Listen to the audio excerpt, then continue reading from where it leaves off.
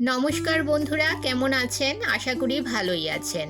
শীত চলে এসেছে আর এই শীতে তৈরি করে নিন মেথি চিকেন। মেথি পাতা দিয়ে যে এত সুন্দর আর টেস্টি চিকেনের রেসিপি তৈরি করা যায়, ট্রাই না করলে বুঝতেই পারবেন না। আজ আমি আপনাদের সাথে মেথি পাতা দিয়ে চিকেনের দুর্দান্ত একটা রেসিপি শেয়ার করব। আশা করি আজকের রেসিপি সবার ভালো লাগবে। নতুন বন্ধুদের স্বাগত জানাই আর পুরনো বন্ধুদের পাশে থাকার জন্য অসংখ্য ধন্যবাদ জানিয়ে শুরু করছি আজকের রেসিপি। মেথি চিকেন তৈরি করতে আমি এখানে 500 গ্রাম চিকেন নিয়েছি, ভালো করে ধুয়ে পরিষ্কার করে নিয়েছি। এবারে চিকেনটা ম্যারিনেট করে নেব। দিয়ে দিলাম স্বাদ মতো নুন, 1 চামচ হলুদ গুঁড়ো, 1 চামচ লাল লঙ্কার গুঁড়ো, 1 চামচের 3 ভাগের 1 ভাগ জিরে গুঁড়ো, 1 চামচ ধনে গুঁড়ো, 1 চামচ গোটা ধনে শুকনো খোলায় টেলে নিয়ে আধ ভাঙা করে এতে দিয়ে দিলাম।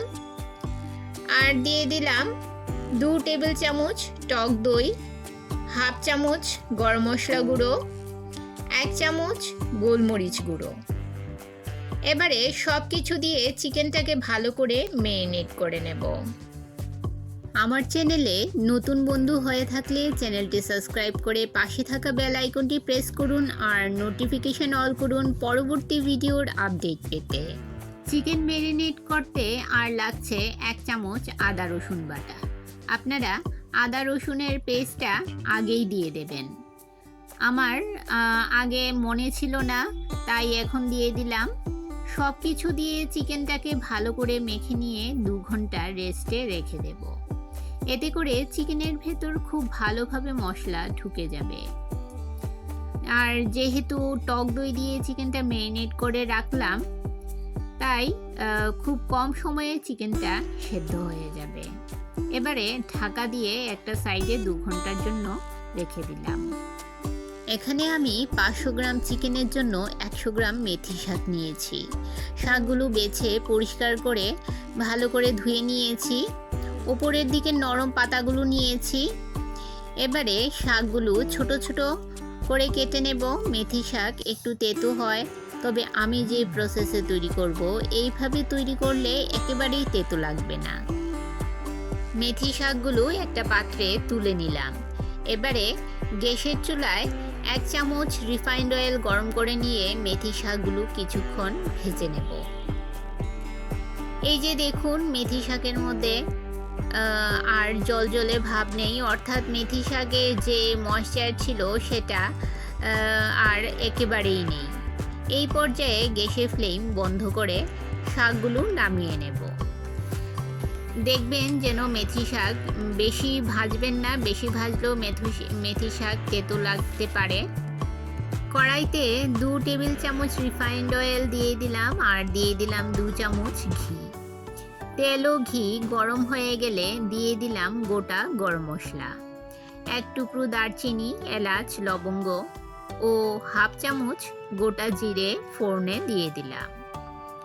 সামান্য নেড়ে নিয়ে এতে দিয়ে দিলাম 3টে মিডিয়াম সাইজের কুচনো পেঁয়াজ 2 মিনিট ভেজে নেব। পেঁয়াজটা একটু লাল হয়ে এলে এতে দিয়ে দেব 1 চামচ আদা রসুন বাটা। চিকেন ম্যারিনেট করার সময় 1 চামচ আদা রসুন বাটা দিয়েছিলাম, এখন আরও 1 চামচ আদা রসুন বাটা দিয়ে দিলাম। পেঁয়াজ, আদা, রসুন কিছুক্ষণ ভেজে নিয়ে দিয়ে দিলাম 1 চামচ হলুদ গুঁড়ো, 1 চামচ লাল লঙ্কার গুঁড়ো, 1 চামচ ধনে গুঁড়ো। এই রেসিপির ধনে গুঁড়ো একটু বেশি লাগে। 2 মিনিট মিডিয়াম ফ্লেমে নেড়ে চেড়ে মশলাটাকে ভালো করে কষিয়ে নেব। মশলা ভালো করে কষিয়ে নিয়ে এতে দিয়ে দিলাম ম্যারিনেট করে রাখা চিকেন। মশলার সঙ্গে নেড়ে চেড়ে মিশিয়ে নিয়ে ঢাকা দিয়ে লো ফ্লেমে 20 মিনিট রান্না করে নেব। 20 মিনিট পর ঢাকা সরিয়ে চিকেনটা একটু নেড়ে দেব। দেখুন চিকেন থেকে কতটা জল বের হয়েছে। চিকেন 60% সেদ্ধ হয়ে গেছে। এবারে নেড়ে চেড়ে আরও 10 মিনিট ঢাকা দিয়ে চিকেনটা ভালো করে কষিয়ে নেব। 10 মিনিট পর ঢাকা সরিয়ে দেখে নিচ্ছি। এই যে দেখুন, চিকেনটা খুব ভালোভাবে কষে গেছে আর চিকেন থেকে তেল ছাড়তে শুরু হয়েছে। এই পর্যায়ে দিয়ে দিলাম পরিমাণ মতো জল। নেড়ে চেড়ে চিকেনের সঙ্গে খুব ভালো করে মিশিয়ে নেব। ঝোল ফুটতে শুরু করেছে, এবারে এতে দিয়ে দিলাম স্বাদ মতো নুন। চিকেন ম্যারিনেট করার সময় নুন দিয়েছিলাম, তাই নুনের পরিমাণটা একটু বুঝে দিতে হবে।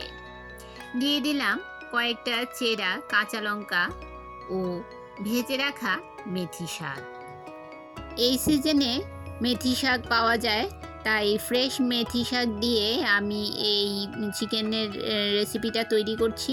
অফ সিজনে আপনারা কসুরি মেথি দিয়ে এই রেসিপিটা তৈরি করতে পারেন। যারা মেথি চিকেন খাননি তারা একবার হলেও এই রেসিপিটা ট্রাই করে দেখবেন। অসাধারণ টেস্ট হয় এই মেথি চিকেনের। এইভাবে মেথি পাতা একটু ভেজে চিকেনের মধ্যে দিলে এর যে তেতো ভাবটা আছে সেটা আর থাকবে না। দুর্দান্ত খেতে হয় বন্ধুরা। ভাত, রুটি, পরোটা সব কিছুর সঙ্গে খুব ভালো লাগে খেতে। ভালো করে মিশিয়ে নিয়ে ঢাকা দিয়ে আরও কিছুক্ষণ আমি রান্না করে নিলাম। দেখুন বন্ধুরা, কতটা সুন্দর কালার হয়েছে। দেখতে যেমন সুন্দর লাগছে, খেতেও হয়েছিল খুবই সুস্বাদু। আমার আজকের রেসিপি আপনাদের কেমন লাগলো অবশ্যই কমেন্ট করে জানাবেন, আর ভালো লাগলে শেয়ার করবেন আপনাদের আত্মীয় ও বন্ধুদের কাছে। তাহলে বন্ধুরা, আজকে এই পর্যন্তই। আবার দেখা হবে আরেকটি নতুন ভিডিওতে নতুন রেসিপি নিয়ে। সবাই ভালো থাকবেন, সুস্থ থাকবেন।